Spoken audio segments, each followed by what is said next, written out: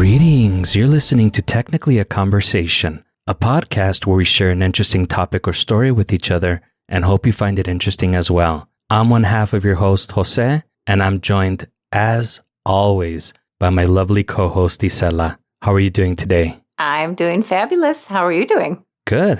Good. We took a little break from recording podcasts, so even though it was only 2 weeks, it feels like it was an eternity. Like I feel like I'm relearning how to do this shit again. Yes, I agree. I feel like even just regular things like how do you type out a script again? I'm like, what did I start out with? How it was so weird.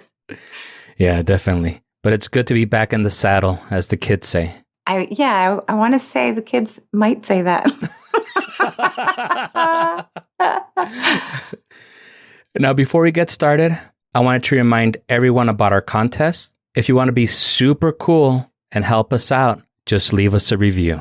What should they do again, Isela? They should leave us a review, send us a screenshot to one of our many socials. That's right. We're at Greetings TAC everywhere. Once you get 25 reviews, we'll do a drawing and give the winner a Technically a Conversation shirt.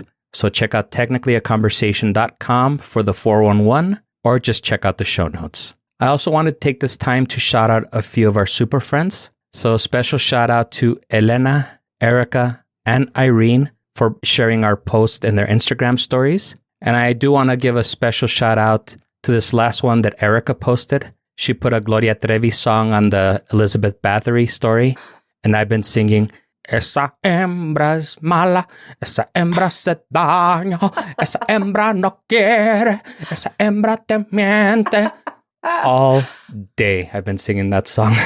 It was pretty fitting. Yes. If you know Spanish, it is pretty fitting. Yeah. Yeah. Also, an update on the Arby's Curly Fry Vodka. Sadly, it is sold out. Like fast. Metallica in the 90s and early aughts, or noughties for our British listeners. Naughties.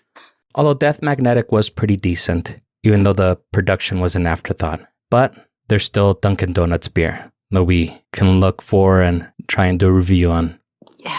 Yeah. I will preface with sweet Mother of Mercy. Yeah, sweet beers are not really like my jam. They're not really like my jizzam. But, anything to try. And, before you guys actually try it, we can let you know how great or shitty it really is. I thought you were going to say anything to trick more of our super friends to watch our videos. That's almost true, too. Now, speaking of our international listeners, we received an email on Saturday from something called Pod Status to inform us that we were ranked at number 165 in the educational category in Bulgaria. Sadly, there are only 165 educational podcasts in Bulgaria. So actually, I'm kidding. That sucks. Yeah, no, I have no idea how many educational podcasts there are in Bulgaria, but being ranked in anything is still a success in my book. I want to say I'm going to take it and I'm going to celebrate it. Like, had I known this, we probably should have busted out some beers earlier. But some Dunkin' Donuts beers, to be more precise. We do got to find that. I am intrigued. I'm going to say just for the story, You do it for the story sometimes. For the Instagram story. That's right. No. Before you go on, I did want to say that there is a brand new super friend of the show now. It is Alejandro, and also here from El Paso, Texas. So I want to say thank you very much for listening to us. Thank you so much, Alejandro. Yay. And there was somebody else that you wanted to shout out, right? Oh, he goes by the name of Brex. So maybe that's where you thought of a different name? That was exactly why I thought of a different name. That could have been it. That, and I'm also kind of crazy, so. We're all crazy. Yeah. So on this episode, Super Friends, we're going to do something a little different. We're actually breaking protocol. Mm-hmm. We're not only breaking protocol, we've activated protocol number 52. This episode was a suggestion by super friend Eli. Thank you so much for your suggestion. Thank you, Eli. And since we're doing a super friend suggested topic, we're going to divide this episode into 2 parts. The first part will be Fermi's paradox, which will be handled by Isela.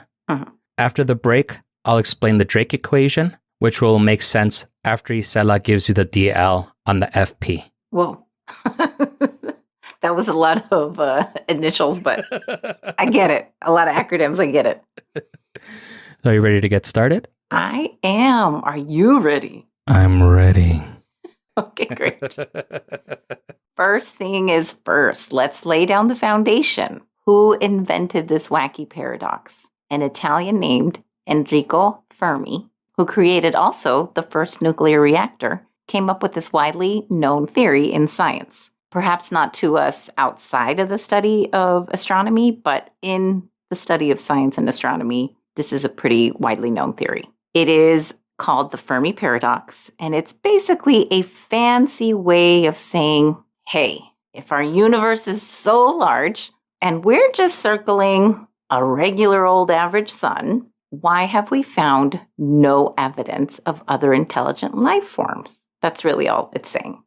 And I do mean average. As far as the stars are concerned, we're not circling like the Bradley Cooper of stars. Like, are you kidding? He's handsome. He can act. He can sing. He can like play ping pong, like amazing. I'm talking super average. Think about your graduating senior class. It's that poor girl that you probably don't remember. That's who we're circling.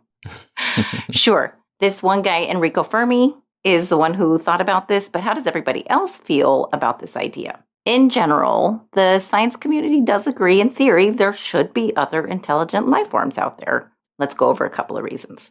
The simple fact that our universe is so big is reason enough for us curious humans to create the SETI and start searching. So SETI, it stands for Search for Extraterrestrial Intelligence. It has been using radio telescopes for the last 60 years, and it's basically just listening for other potential radio signals that might be transmitted by other intelligent life. So why radio waves, right? Why are we even using radio? This sounds like super old. Like, can't we use something else way cooler? Radio waves actually can be passed through interstellar gas and dust, which is largely comprised of all these galaxies, and it passes through with absolutely no issue. And just to show you how strong these radio waves are and how far away we can actually gather them from, if you guys remember the black hole picture that was taken a couple years ago,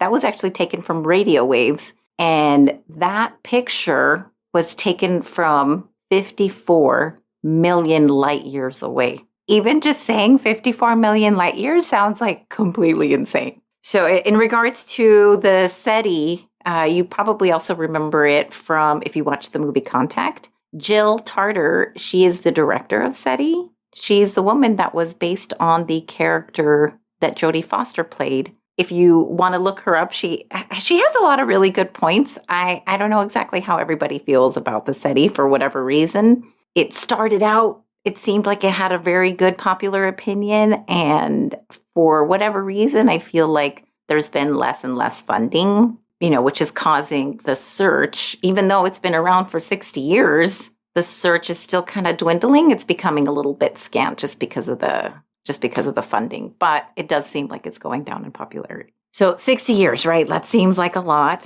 So it does beg the question, why have we not heard anything yet in these last 60 years? We have to put the universe really into context. If the universe was all the water on Earth, we have looked at about less than a cup of water. Therefore, it would be like hearing about sharks existing. And then we only look at a cup of water and we say, oh, well, we haven't seen any sharks, so they probably don't exist. So far, we just haven't reviewed enough yet. Other reasons that we think they should be out there and they should be beaming back to us is we're kind of basing it on our civilization, on how we behave, how we think they should behave. So when we look at modern day civilization, technological advancements, this is one of the things we think, hey, they're probably trying to get in touch with us, just like we are trying to get in touch with them. Hence, we keep searching for other beaming signals. However, what if they're just not curious? what if curiosity is really just a human trait? Most scientists think that intelligence and curiosity actually go hand in hand. I would personally agree. We really don't know. Other tools that we're using beyond radio telescopes are the Kepler Space Telescope to look at patterns of dips in brightness in other stars. This would signify that a star is orbiting a bigger star, which is called the transit method. For example, Kepler 186 is a star. Scientists were able to see that it has 5 planets orbiting the star. And for the very first time, we found a planet that's very similar in size like Earth. And it also has the habitable zone, which this is the very first planet that is found in the habitable zone. How soon can we get there, right? Tomorrow. Right? Yeah, if we wish it. We'll go on Jeff Bezos' penis rocket. It's 500 light years away only. So I think this is a good part, or a good time, I should say, where we have to pay particular attention to diction. When scientists say, oh, this is an Earth-like size, we have to remember they said size and not Earth-like, because they don't really know exactly what is all on there. In the Milky Way, it has 200 to 300 billion stars. Thanks to Kepler telescope, it's been confirmed that the majority of these stars do have planets and planetary systems. 1 to 5 billion planets in our Milky Way alone. Jose's going to drop some knowledge in a little bit about more information on that. I will attempt to, at least. I'm sure you will do fine. There's a really cool telescope called Hubble Extreme Deep. I don't want to lose anyone here. I recognize Hubble Extreme Deep. Sounds a wee bit porny. Balls deep. Balls deep, yeah. Balls deep extreme. No. It's just called Hubble Extreme Deep Field. An extreme is spelled with an X instead of EX. No, I'm just kidding. No, it really is. Oh, it is? Okay. Yeah.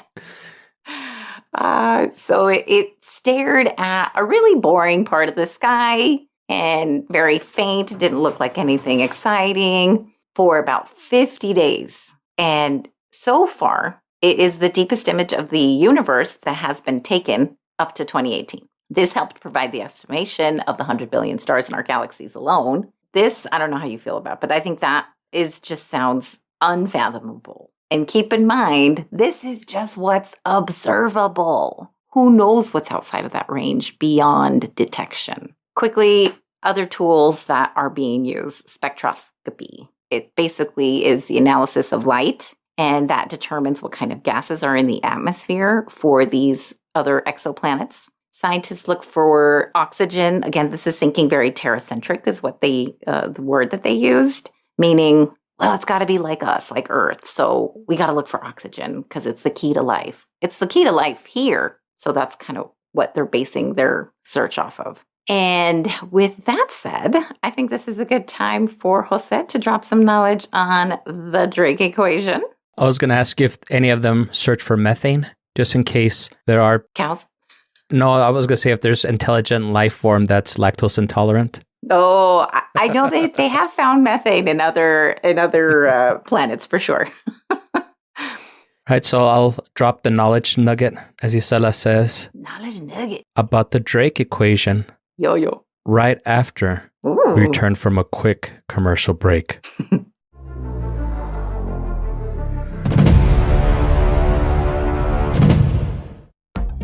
Starting out your day on the right foot is crucial to ensure you have a great day.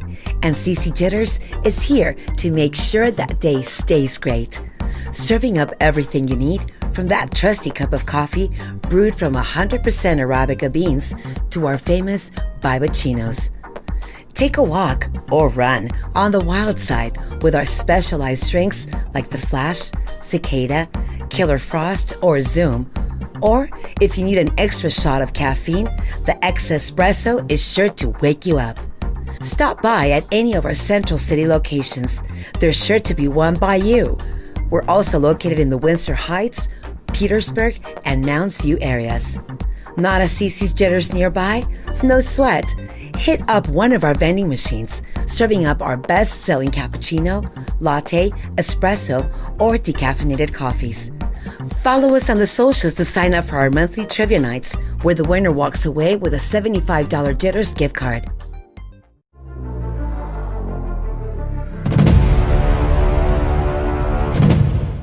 Welcome back, everybody. So I saw you drinking some coffee in the background, Isela. Was that some Jitters coffee? It is actually just green tea. So, Oh, yeah, sadness. I know. I'm boring. Not by your dance moves, girl, because you were getting all into it right now. I was doing the little wavy hand thing again. You're doing the little worm in the background. No, we need to figure out what it's called. It's like the wave. Maybe it was called the wave because the worm was like the one you lay down. Yeah, you were laying down, doing the little. Oh my God. Mentiroso. How you lie, sir.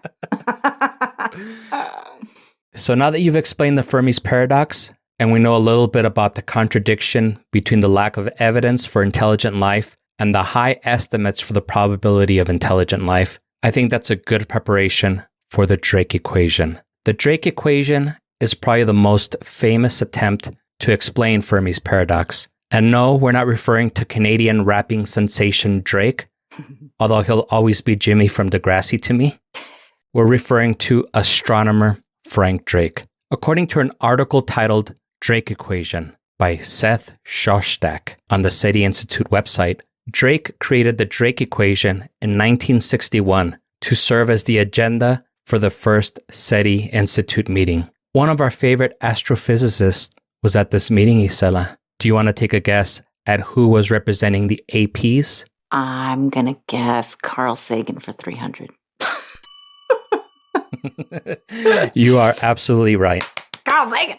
None other than the legendary Carl Sagan was there in attendance. Now, being that the SETI Institute's mission is to find life in the universe, the Drake equation is a way to quantify the probability of actually accomplishing this. So it was an appropriate topic for their first meeting. It kind of put everybody on the same page. Now, the SETI Institute claims that the Drake equation is the second most famous equation in science after E equals mc squared. While that might be true, it's nowhere near as easy to recite. Are you able to recite it from memory, Isela? No, there's like 6 or 7 different parts. I watched, which I have to say, if you guys are really like into this topic, you guys have to check out the World Science Festival. There's one about aliens, and it's about an hour and a half long. Trust me, it doesn't feel like an hour and a half. It goes by so quickly. But they do cover the Drake equation. But no, it was so long. Yeah, no, I don't blame you. I had to look at a brain stuff video called What is the Drake Equation to help me explain the actual equation. And it was presented by Christian Bale doppelganger Josh Clark from one of my favorite podcasts, Stuff You Should Know. So thanks to Josh Clark, let me read to you the equation the way it's meant to be read. Then I'll explain what each part of that equation means, because initially I looked like the meme of the guy with all the equations floating around his head when I read it and tried to make sense of it. Yeah. It's been way too long since I've been in college and my mind is starting to decay.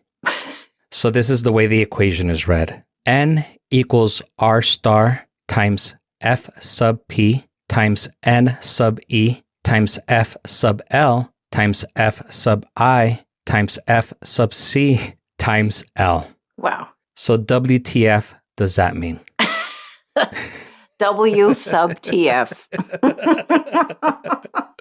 I don't know what that means. W sub TF? Yeah, it's because you were doing all the subs. Oh, the subs. Yeah. Okay, I got it. All right. And we're back, everybody. Yes, yeah. It took me a minute. It's okay. Okay, so N stands for the number of intelligent civilizations we could possibly detect. R star is the rate of star formation. Astrophysicists have determined that 3 solar stars worth of mass form into stars each year. So this could be one giant star that is the same mass as 3 of our suns, or 10 smaller stars that are the same mass as 3 of our stars. Since our sun is pretty average, as Isela told us earlier, we can substitute R star with a 3 and be pretty confident that that is correct. F sub P is the fraction of those stars that have planets that orbit their stars. N sub E is the number of planets capable of supporting life, the planets in the Goldilocks zone. These are also known as exoplanets, and astronomers have been discovering these types of planets with great frequency lately, and it's possible that there could be billions of these exoplanets in the Milky Way alone. We do know with confidence that there are at least 3,400 exoplanets in the Goldilocks zone capable of supporting life, so we can substitute N sub E with 3,400. F sub L is a fraction of those exoplanets where life evolves. We only know with certainty that life has evolved on Earth, but since we're not looking to communicate with ourselves, we're unable to calculate this number. F sub I is the fraction of that life that develops intelligence. We're still trying to find that even on our own planet. F sub C is the fraction of that life that develops a form of communication that we can detect. The hotline bling, if you will. No. And much like that song, that civilization doesn't appear to be DTF since they're not ringing our phone. Everybody, please Google DTF because that's really funny. Also, that song, not really mad about that song. I've only seen the memes. I don't think I've actually heard the song itself. Well, skip it because I know you won't like it. But as somebody who likes pop, I actually like the song. I like pop too. I don't know. Well, you prove me right or wrong. I bet. Give me these. All right. We'll listen to it. We'll make a reaction video. No, actually, no, we won't do that. We'll get all copyrighted issues. Speaking of copyrighted issues, our video on YouTube on us doing the Applebee's dance was actually taken down due to copyright. Oh, sorry, guys. Those a-holes. We have spared you, actually. The gods have spared you. Although you can still find our reels on Instagram and on TikTok. Those are still up. They haven't been taken down yet. Yeah. The final variable is L, which is the average length of time that life uses a form of communication that we can detect. This can be because they evolved to the point that they communicate by something other than blasting radio waves into space, or because they've gone extinct. So now that we know what the Drake equation stands for, how can we apply it? So at the time of the first SETI Institute meeting, the only number that was known for certain was R star, which is the rate of star formation. They chose what is referred to as the freshman rate for all the other numbers. In other words, they chose 1 for all the other variables, but there was one big problem. There was no way that they could figure out what L was. At that point in time, humans had only been blasting radio waves into space that could conceivably be detected by another civilization for less than a century. There were many questions. How long would civilizations use radio signals to communicate? How long does a civilization last before they destroy themselves? Due to us not being able to calculate L, it's hard to really apply this equation in any way that's meaningful. Since then, scientists have been able to say with confidence that N sub E is 3,400, but they didn't even have that number back in 1961. So what do you think Frank Drake did to get around not knowing what L was? I'm assuming he probably estimated, lowballed a figure. Very close. Actually, well, before I get to that, every time I say Frank Drake, I can't help but imagine him wearing a cape, looking extravagant. Like a wizard? Yeah. I imagine him looking like fucking Leon Mandrake, even though I know what Frank Drake looks like. I do too. I'm like, he just looks like a regular old grandpa with white hair.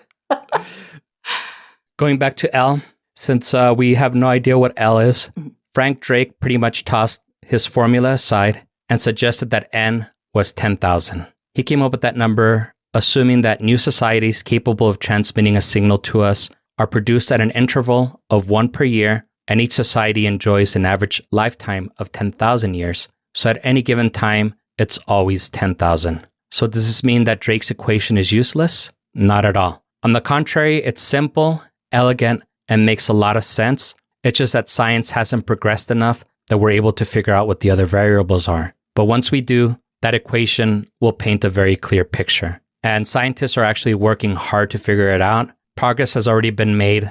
In the 60 years since the Drake equation was introduced, we know with pretty good certainty what N sub E is, and the SETI Institute has 100 scientists working on nearly 100 topics related to figuring out each of the remaining variables in the Drake equation. And since it seems like they're taking a brute force attempt at solving this, hopefully they will be able to solve this equation in our lifetime, or at least give us a clear picture of how many intelligent extraterrestrial life we have the potential of communicating with. Now, was there anything that I missed or anything that you wanted to add, Isela? The World Science Festival, they did specify all the scientists on the panel. There was a good, I want to say 5 of them. They all were in agreement that we were probably within a lifetime of knowing if there is life out there. And Fermi's paradox won't be a paradox no more. Yes. That part I thought was really, really exciting, just because we want to know, are we alone? Are we not alone? Either way, both have really serious, big implications. Yes. Hopefully this happens within my lifetime. I figure I have about 10 more years to go. So I hope those scientists start cranking out those variables pretty quickly. 10 years that's not a lot of time, sir. Yeah, I tell myself that every day when I look at myself in the mirror. On the upside, you probably have enough money to live off of by the time you retire, because you're never going to retire. Yeah. I should just spend everything that I have in my retirement fund. I'm never going to use it. No, that's not exactly what I meant. That's awful. Great idea. Right. Now I know what you're saying. Thanks. Now, unfortunately, I wasn't able to find any fun facts about the Drake equation, but I was able to locate a few fun facts about aliens. The article is called 20 Things You Didn't Know About Aliens by Jason Stahl at Discover magazine. Most of those weren't very interesting, sadly, kind of like me, so I picked the best 4. Okay. Alan Cheney, a psychologist at the University of Waterloo in Ontario, says that those who believe they've been abducted by aliens are often prone to experience sleep paralysis. And if you haven't heard our podcast on sleep paralysis, you should give it a listen. We talk about it in that episode. Right, Isela? Very interesting. I loved it. In space, no one can hear you scream. True. But in this case, nobody can hear you sneeze. Streptococcus mitis, a bacterium that infects the nose and throat, was inadvertently sent to the moon aboard the Surveyor 3 probe. The bugs were still alive when Apollo 12 astronauts retrieved the probe's camera 2.5 years later. Can you believe that? I want to say I do believe it. I know that there is this universal pact that we, like a global pact with everybody, all these other countries that say we're not going to try to, get our microbes into, the outer space. But I know that has not always been kept. Yeah, because then we'll have a War of the World situation. Spoiler alert for anybody that hasn't read a book that's like 100 years old. So perhaps the earliest UFO sighting occurred in 1450 BC, when Egyptians saw bright circles of light in the sky. Some UFO obsessives interpret Ezekiel 1 in the Bible as a UFO report. On September 30th, 2006, the French Center for National Space Studies beamed Cosmic Connection, or Cosmic Connection. That's very French. You need to be puffing on a cigarette. It's okay. We don't have any French listeners as far as I know. So maybe we'll edit that part out when we have some French listeners. I know. So Cosmic Connection. A TV program aimed at extraterrestrials at a sun-like star called Orion, 45 light years from Earth. And this video should reach them in 2051. Did they take into account, this is just a question, did they take into account how that star is moving? So for example, it's like when you're playing football and you're the quarterback, you have to send the signal to where it's gonna be later and not to where you see it now, because we're seeing a picture in time, back in time. I'm pretty sure the French Center for National Space Studies took that into consideration. I would hope so. Okay, that's very interesting. Because that's actually one of the biggest problems when it comes to time traveling, because it's not only figuring out how you're going to get to your destination, but it's like where in space Earth was at the time that you travel, because like you said, things in space continually move. So if you were to say, I'm just going 20 years into the past, you'll end up like 20 years like in the middle of space. I see what you're saying. Yeah. Very cool. So 2051, that's 30 years. That's only 30 years from now. Yeah, sadly, I won't be alive to see that. That's awful. And since Isela told me to be quiet, we hope that you enjoyed the show and that you join us again next week. If you're enjoying the show, leave us a review, tell a friend, and subscribe wherever fine podcasts are sold. Yeah. Follow us on Facebook, Instagram, TikTok, and Twitter at GreetingsTAC. Email us at greetingstac@gmail.com or leave us a voicemail at 915-317-6669 if you're naughty and have a story to share with us. Or nice, and you have a story to share with us. That'll work too. That's our personal hotline bling. Ooh. You like how I tied it all together? Yeah, I do.